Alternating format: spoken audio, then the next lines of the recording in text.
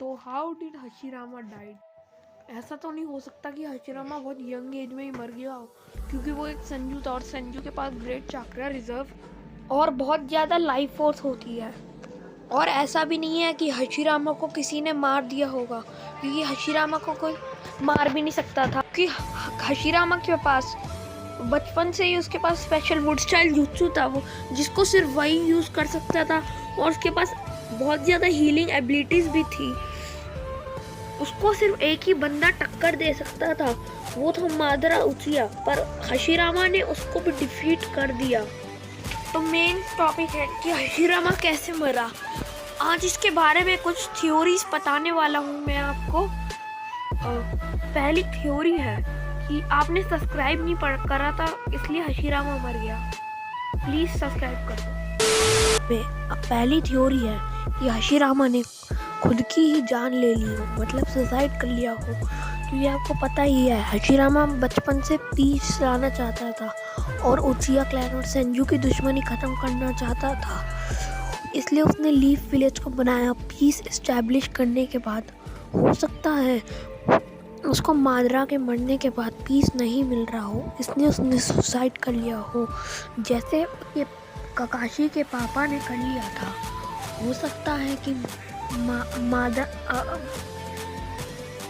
को प्रॉब्लम होगी, पहली लॉन्ग वीडियो समझा तो क्योंकि हशीरामा एक बार पहले भी मादरा के पीस की वजह से सुसाइड करने के ट्राई कर चुका है। सेकंड थ्योरी है कि हशीरामा कोई बीमारी की वजह से मर गया हो। इसके अंदर मैं आपको दो बीमारी बताऊंगा जिसकी वजह से हशीरामा मर सकता है। पहली डिजीज है चाक्रा डिजीज, जो इटाची को भी हुई थी। किशिमोटो जो है वो से क्यों हो रहे हैं मादरा, जो कि इतना स्ट्रॉन्ग करेक्टर है, उसको बहुत ही आसानी से ब्लैक जेत्सु से मरवा दिया था। और इटाची, जो कि इतना स्ट्रॉन्ग करेक्टर है, उसको भी ऐसे कोई चाक्रा डिजीज़ देके इतनी आसानी से मरवा दिया था। तो हो सकता है हशीरामा को भी ऐसा ही कोई चाक्रा डिजीज़ हो गया हो जिसकी वजह से वो मर गया हो।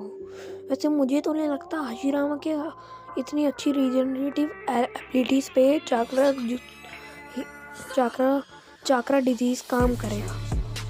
तो सेकंड डिजीज़ जो है जिसकी वजह से हशीरामा मर सकता है वो है कैंसर। शॉक हो गए ना तुम लोग, सोच रहे हो कि नारुतो वर्ल्ड में कैंसर कैसे आ गया बे। रुको मैं समझाता हूँ। देखो, हमारे बॉडी के सेल्स हर सेकंड, हर घंटे, हर दिन डिवाइड करते रहते हैं, और जब वो एक अनकंट्रोलेबल वे में डिवाइड करते हैं तो वो होता है कैंसर। और तुम सोच रहे हो कि तुम हशीरामा को कैसे हो गया फिर, नारुतो वर्ल्ड में कैसे आ गया।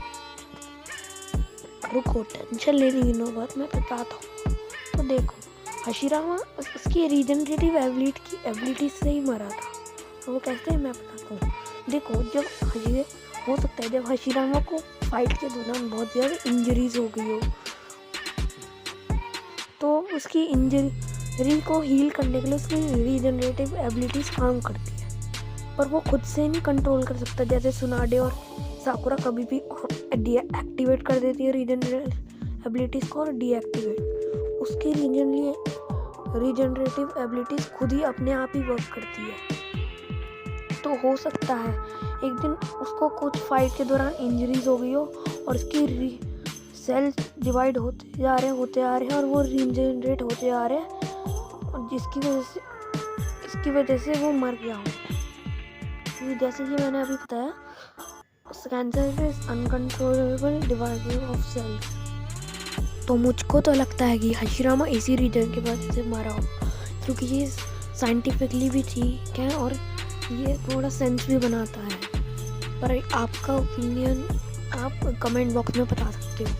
तो अगली थ्योरी है कि हशीरामा एक नेचुरल डेथ मरा। पर अगर हशीरामा नेचुरल डेथ मरा होता तो जब वो रीएनिमेट होता तो वो बूढ़ा होता। मतलब नेचुरल डेथ का मतलब है कि वो बूढ़ा होकर मरता, पर अगर वो बूढ़ा होकर मरता तो वो रीएनिमेट भी बूढ़े वाले स्टेट में होना चाहिए था, जैसे हिरुज़ेन हुआ था। That's how reanimation jutsu works. फिर आप सोच रहे होगे मादरा तो बूढ़ा होने के बाद मरा था, तो वो अपने प्राइम में कैसे रीएनिमेट हुआ। तो काबूटो ने बताया था कि उसने मादरा की बॉडी पे बड़े चेंजेस करे थे। तो तुम सोच रहे होगे ओरोचिमारू भी तो हाशिरामा की बॉडी पे चेंजेस कर सकता है, तो मुझे तो नहीं लगता कि उसने चेंजेस करे होंगे, क्योंकि वो ऐसा कई एनिमे में स्टेटेड नहीं है। और ना अगर वो करता तो हिरोजन को भी तो अपने प्राइम में रीएनिमेट करता, पर हिरोजन भी बूढ़ा ही था, वो तो उसके सेंसे ही थे भाई, उसको तो कर ही देता। तो नेक्स्ट थ्योरी है कि वो बैटल में मर गया होगा। ऐसा तो बिल्कुल नहीं हो सकता कि वो बैटल में मर गया। तुम्हें पता ही था वो गॉड ऑफ भी था भाई। लिटरली उसने अपने सारे के सारे 9 टेल्ड बीस्ट को ऐसे कैप्चर करके सारे विलेजेस में बांट दिया था। उसको कैसे मार सकता है कोई। मिनाटो ने अकेले 1000 शिनोबिस को हरा दिया था, राइकागे ने 1000 शिनोबिस को हरा दिया था, तो हाशिरामा को तो छू भी नहीं पाएगी, को ऐसे ही हरा देगा। तो ये थ्योरी तो एकदम ही गलत है लगती है मुझे। तो अगले थ्योरी पे बढ़ते हैं। तो हाशिरामा अपने ही पौधे से मरा होगा। हाशिरामा अपनी वुड स्टाइल को यूज़ करने की वजह से मर सकता है। तो देखो, जो हाशिरामा ने इतने सारे वुड स्टाइल यूज़ करे, जो उसने पेड़ उगाए, इसलिए इतने सारे पेड़ उसने उगाए, तो जो भी वो जो उसके पेड़ उगाता होगा, उसने इतने सारे वुड रिलीज तो यूज़ करे हैं, तो वो उसकी चाकरा से बनते हैं और वो टाइम के साथ साथ बड़े होते जाते हैं। तो मतलब वो भी उनके अंदर लाइफ है, वो बड़े होते आते हैं, पर उनके अंदर चाकरा से लाइफ डाली गई है। तो उसका मतलब अगर उनको जीना है तो उनको भी नारुतो के ह्यूमंस की जगह उनको भी चाकरा चाहिए होगा। तो हो सकता है कि वो पेड़ जो भी हाशिरामा ने उगाए हैं, उन सब, अगर हाशिरामा मर जाएगा तो वो पेड़ भी मर जाएगी, क्योंकि उन पेड़ को हाशिरामा का चाकरा नहीं मिलना बंद हो जाएगा। हो सकता है यही पेड़ हाशिरामा के चाकरा लेते हो जिंदा रहने के लिए, इसलिए हाशिरामा मर गया। पर जो यमातो पेड़ बनाता है वो लिविंग नहीं होते, क्योंकि पता ही है हाशिरामा की सस्ती कॉपी है। तो वीडियो का एंड आने वाला है और ये है लास्ट थ्योरी। ये लास्ट थ्योरी सबसे सच है और मुझे भी इसमें सबसे ज़्यादा बिलीव है। तो हाशिरामा इसलिए मर गया क्योंकि उसने अपनी हीलिंग पावर्स को बहुत ज़्यादा यूज़ करा। देखो, तो हाशिरामा का हाथ कट गया, वो जुड़ जाएगा खुद ही, का पैर कट गया जुड़ जाएगा, सर कट गया तो अलग बात है। तो ठीक है, तो जैसे सुनाडे ने 100 हीलिंग्स यूज़ करी थी, तब वो बहुत पावरफुल हो गई थी उसका खुद।